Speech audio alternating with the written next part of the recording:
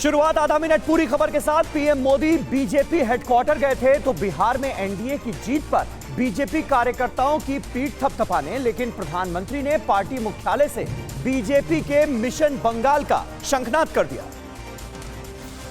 बिहार विधानसभा चुनाव में बीजेपी की जीत से पीएम मोदी गदगद तो दिखे, लेकिन प्रधानमंत्री के अंतर्मन में बीजेपी कार्यकर्ताओं की लगातार हो रही हत्या की टीस भी दिखी। प्रधानमंत्री ने अपने भाषण में बंगाल का नाम तो नहीं लिया, लेकिन इशारा और मकसद साफ था। उनको लगता है कि भारतीय जनता पार्टी के कार्यकर्ताओं को मौत के घाट उतार करके वे अपने मंसूबे पूरे कर लेंगे।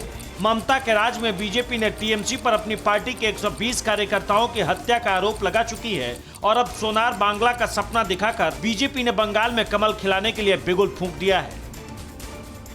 तो वहीं बिहार में बीजेपी और जेडीयू की सीटों में जमीन और आसमान का अंतर है, लेकिन बीजेपी ने अपने वादों के मुताबिक काम किया और खुद प्रधानमंत्री मोदी ने नीतीश के हाथों में फिर से बिहार की कमान सौंपने का ऐलान किया। हम सभी भाजपा के कार्यकर्ता नीतीश जी के नेतृत्व में एनडीए के कार्यकर्ता हर बिहारवासी के साथ इस संकल्प को सिद्ध करने में कोई कसर बाकी नहीं रखेंगे।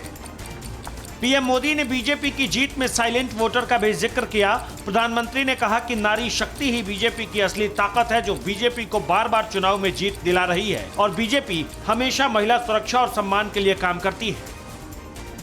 तो दिल्ली में बीजेपी के जश्न में पीएम मोदी ने जैसे ही दोहराया कि नीतीश कुमार के नेतृत्व में बिहार में फिर एनडीए की सरकार बनेगी, वैसे ही पटना में सीएम नीतीश कुमार ने ट्वीट करने में देरी नहीं की। पीएम मोदी का शुक्रिया जताते हुए जनता का आभार जता दिया।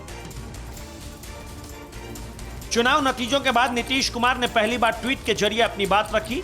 जनता मालिक है, उन्होंने एनडीए को जो बहुमत प्रदान किया उसके लिए जनता जनार्दन को नमन है। मैं पीएम नरेंद्र मोदी को उनसे मिल रहे सहयोग के लिए धन्यवाद करता हूं। नीतीश के शपथ ग्रहण की अभी तक आधिकारिक घोषणा नहीं हुई है, लेकिन सूत्रों के हवाले से खबर है कि दीपावली के बाद नीतीश की ताजपोशी हो सकती है। श्री कृष्ण सिंह के नाम अभी तक 17 साल 52 दिन तक सीएम बने रहने का कीर्तिमान है और नीतीश 7वीं बार मुख्यमंत्री बनकर ये रिकॉर्ड तोड़ने वाले हैं। नीतीश अभी तक 14 साल 82 दिन तक काम कर चुके हैं।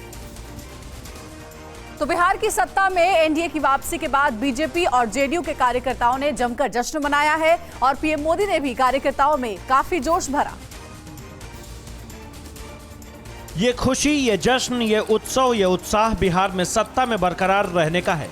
बीजेपी दफ्तर के बाहर उमड़ी ये बेहिसाब भीड़ बिहार में चौथी बार सत्ता के शीर्ष तक पहुंचने की खुशी को आकार दे रही थी। बिहार में महापर्व से पहले अपने करिश्मे से सियासी महाविजय की पटकथा लिखने वाले पीएम मोदी ने दिल्ली से ही बिहार के लोगों का आभार जताया।